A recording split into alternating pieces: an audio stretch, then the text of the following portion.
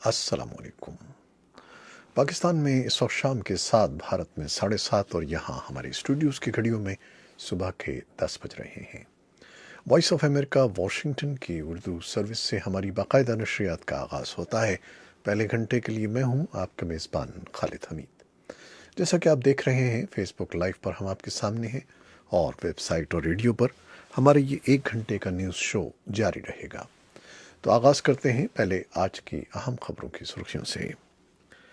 शिमाली वज़ीरिस्तान की तहसील रज़मक के इलाक़े मंजरखेल में सिक्योरिटी फोर्सेस के काफ़िले पर दहशतगर्दों ने हमला किया, जिसमें 3 एहलकार जाँ बहक जबकि 5 अफराद ज़ख्मी हो गए हैं। शिमाली वज़ीरिस्तान में पुलिस इंतज़ामिया ने पख्तून तहफ़्फ़ुज़ तहरीक के रहनुमा और जनूबी वज़ीरिस्तान से कौमी असम्बली के मुंतखब रुकन अली वज़ीर और उनके साथियों के ख़िलाफ़ लोगों को बगावत पर उकसाने और मुल्क की सलामती के लिए ख़तरात पैदा करने के इल्ज़ाम में मुक़दमा दर्ज कर लिया है। और पश्तून तहफ़्फ़ुज़ तहरीक का कहना है कि वो मुल्क को गैर मुस्तहकम करने के लिए अफ़गानिस्तान और भारत के खुफिया इदारों से फ़ंड्स वसूल नहीं कर रहे हैं। वफाकी हुकूमत ने सेनेट को यकीन दहानी करवाई है कि मुल्क में 1 यूनिट या सदारती निज़ाम नहीं लाया जा रहा और न ही 18वीं आइनी तरमीम को ख़त्म किया जा रहा है।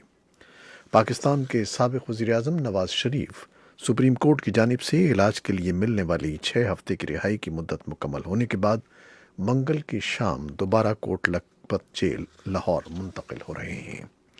म्यांमार की हुकूमत ने सन 2017 में रोहिंग्या मुसलमानों के कत्लेआम की तहकीकात करने वाली 2 सहाफ़ियों को 500 दिन से ज़ायद कैद रखने के बाद रिहा कर दिया है।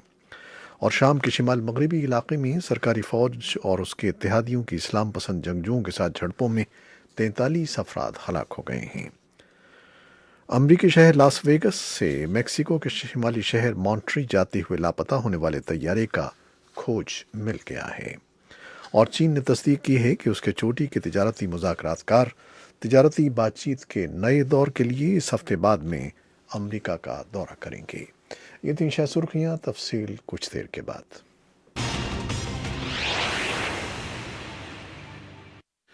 खबरें अब तफसील के साथ। शिमाली वज़ीरिस्तान की तहसील रज़मक के इलाक़े मंजरखेल में सिक्योरिटी फोर्सेस के काफ़िले पर दहशतगर्दों ने हमला किया है।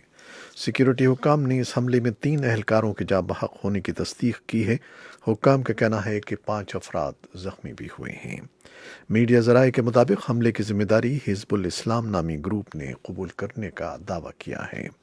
शिमाली वज़ीरिस्तान के इंतज़ामी मरकज़ मीरान शाह में एहलकारों ने बताया है कि जाँ बहक होने वाले एहलकारों की लाशें और ज़ख्मियों को हेलीकॉप्टर के ज़रिए मीरान शाह के ज़िले हेडक्वार्टर्स हस्पताल पहुँचा दिया गया है। हमले के बाद सिक्योरिटी फोर्सेस ने इलाके का मुहासरा करके सर्च ऑपरेशन शुरू कर दिया है।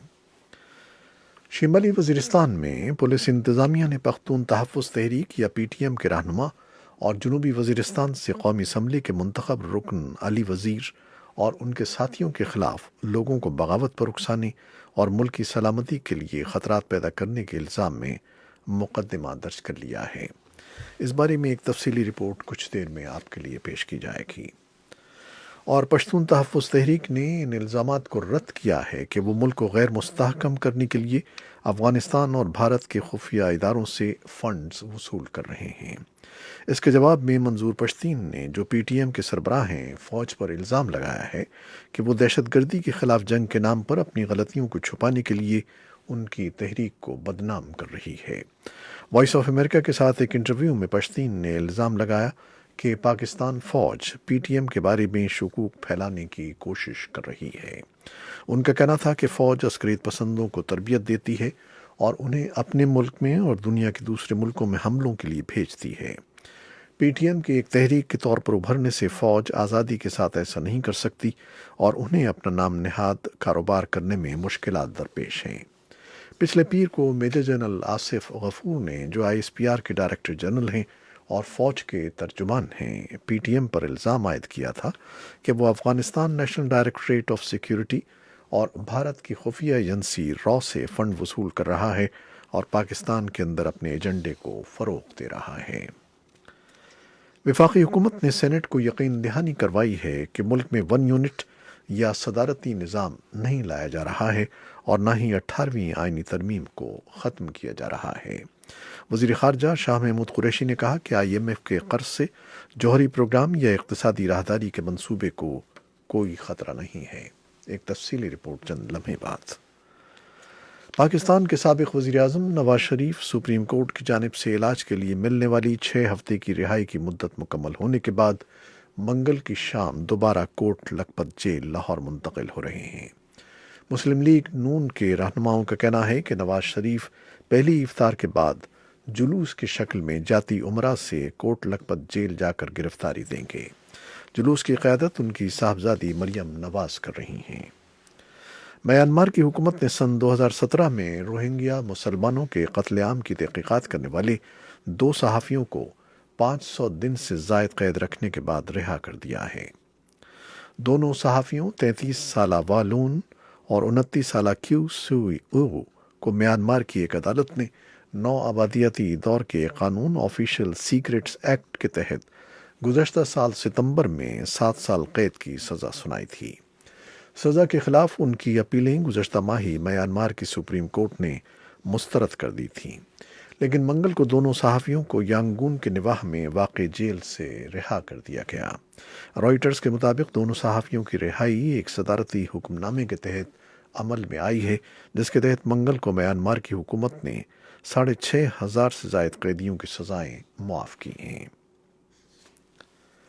شام کے شمال مغربی علاقے میں سرکاری فوج اور اس کے اتحادیوں کی اسلام پسند جنگجوؤں کے ساتھ جھڑپوں میں 43 افراد ہلاک ہو گئے ہیں۔ شام میں تشدد کے عدد و شمار اکٹھے کرنے والی برطانوی تنظیم سیرین آبزرویٹری فار ہیومن رائٹس کے مطابق جھڑپیں صوبے حما کے ان شمالی علاقوں میں ہوئی ہیں جہاں اسلام پسند باغی تنظیموں کا قبضہ ہے۔ آبزرویٹری کے مطابق ہلاک ہونے والوں میں سرکاری فوج اور اس کی اتحادی ملیشیاؤں کے 22 اہلکار شامل ہیں۔ شدید لڑائی اور جھڑپوں میں 21 جہادی بھی ہلاک ہوئے ہیں، جن کا تعلق شام میں القاعدہ کی سابق شاخ تحریر الشام اور اس کی اتحادی ترکستان اسلام پارٹی سے ہے۔ امریکی شہر لاس ویگس سے میکسیکو کے شمالی شہر مونٹری جاتے ہوئے لاپتہ ہونے والے طیارے کا کھوج مل گیا ہے۔ پیر کے روز میکسیکو کے عہدیداروں نے میڈیا کو بتایا کہ انہیں طیارے کا ملبہ مل گیا ہے اور طیارے پر سوار تمام 14 افراد ہلاک ہو چکے ہیں۔ میکسیکو کے اخبار ریفارما کی ایک رپورٹ میں بتایا گیا ہے کہ تباہ ہونے والے بدقسمت پرائیویٹ طیارے پر 11 مسافر اور عملے کے 3 ارکان سوار تھے۔ چین نے تصدیق کی ہے کہ اس کے چوٹی کے تجارتی مذاکرات کار تجارتی بات چیت کے نئے دور کے لیے اس ہفتے بعد میں امریکہ کا دورہ کریں گے۔ باوجود کہ صدر ڈونلڈ ٹرمپ نے دھمکی دی ہے کہ وہ چینی مصنوعات پر اربوں ڈالر کا محصول عائد کریں گے، کیونکہ انہوں نے شکوہ کیا ہے کہ اس عمل میں بہت دیر لگ رہی ہے۔ وزارت تجارت نے منگل کے روز ایک بیان جاری کیا کہ نائب وزیر اعظم لیو ہی، جو صدر شی جن پنگ کے چوٹی کے اقتصادی مشیر ہیں، جمعرات کے روز شروع ہونے والی 2 روزہ بات چیت میں امریکی تجارتی نمائندے رابرٹ لائٹزر اور وزیر خزانہ اسٹیون منوچن سے ملاقات کریں گے۔ ترکی میں انتخابات کے منتظم ادارے نے ملک کے سب سے بڑے شہر استنبول کے میئر کے انتخابات دوبارہ کرانے کا اعلان کیا ہے۔ انتخابات کے نگراں ادارے نے یہ فیصلہ صدر رجب طیب اردوان کی جماعت AK پارٹی کے درخواست پر سنایا ہے، جس کے میئر کے امیدوار کو حزب اختلاف کے امیدوار نے مارچ میں ہونے والے انتخاب میں حیران کن طور پر شکست دے دی تھی۔ ترکی کے ہائی الیکشن بورڈ نے پیر کو اپنے فیصلے میں کہا کہ استنبول کے میئر کا نیا انتخاب 23 جون کو ہوگا۔